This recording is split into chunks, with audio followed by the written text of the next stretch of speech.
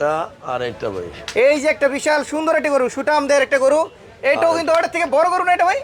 ওই সেম আর কি। ওটা তো একটু বড় আছে মনে হয়, হ্যাঁ জি, জি। একটু বড় আছে। দুইটা কত বিক্রি করলেন ভাই? ভাই হয়তো ভাই এর 2 বছর মঞ্জুর কাছ থেকে নিচে খুঁজতে খুঁজতে হয়তো আমার ভাইয়ের কাছে যাবার চাইছিল, যে বাবুক আমার কাছে আল্লাহ মিলাইছে।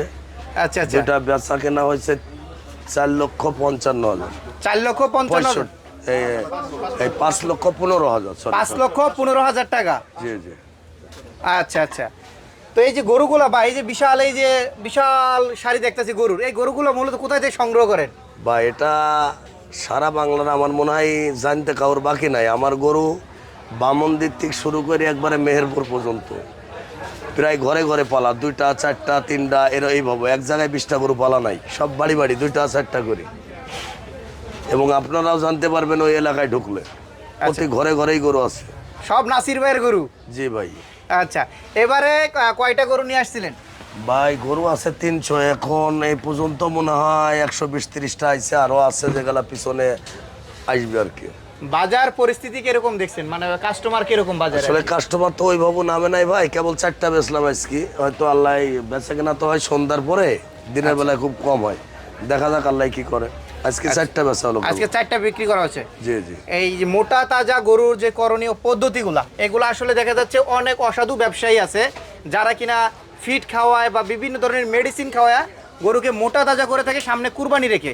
সেই ক্ষেত্রে হচ্ছে আপনার গরুগুলো যেহেতু মানুষের বাড়ি বাড়ি পালা গরু, জি, জি। আপনার গরুগুলোকে কি কি খাওয়ানো হয়? আসলে আমাদের এখানে যারা গরু গৃহস্থরা পালে এরা অধিকাংশ মানুষই কৃষক।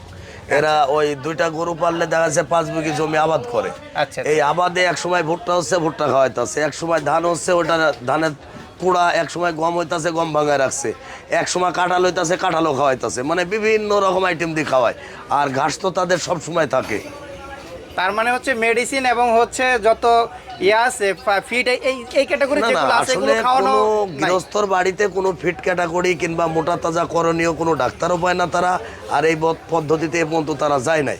এক খামারি ছাড়া এগুলা কখনোই সম্ভব হয় না।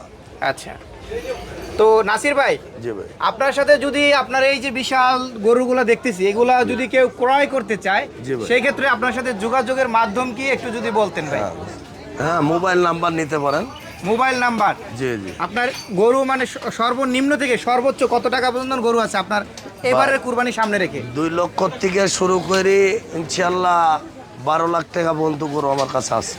কেউ যদি 1,20,000 বা 1.5 লক্ষ বা এর ভিতরে যদি কেউ নিতে চায় গরু, এরকম সাইজের কোনো গরু আছে? এগুলা আছে ভাই, এগুলা হয়তো 4 তারিখ 5 তারিখের ভিতরে আসবে, কিন্তু এগুলা এত আগে আনি না আমরা, আগে বড় গলা বেচার চিন্তা করি।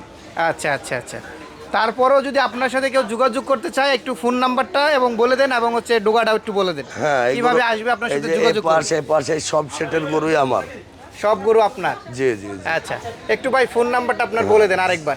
01728 01728 61 61 94 94 73। 73। জি ভাই। নাসির ভাই, জি ভাই। গাবতলীর হাটে আইসা ট্রাফিক বক্সের পুলিশের যে গেটটা আছে, গেটটাতে সোজা চলে আসতে হবে, এবং হচ্ছে যেখানে ইজারা করে তার সামনে নাসির ভাই বললে এক কথা চিনে দিব। 1 নম্বর হাসিল ঘরের সামনে দিয়ে ঢুকলে যেটা স্থানীয় হাট 24 ঘন্টা থাকে 12 মাস, সেই হাটের ভিতরে পাবে।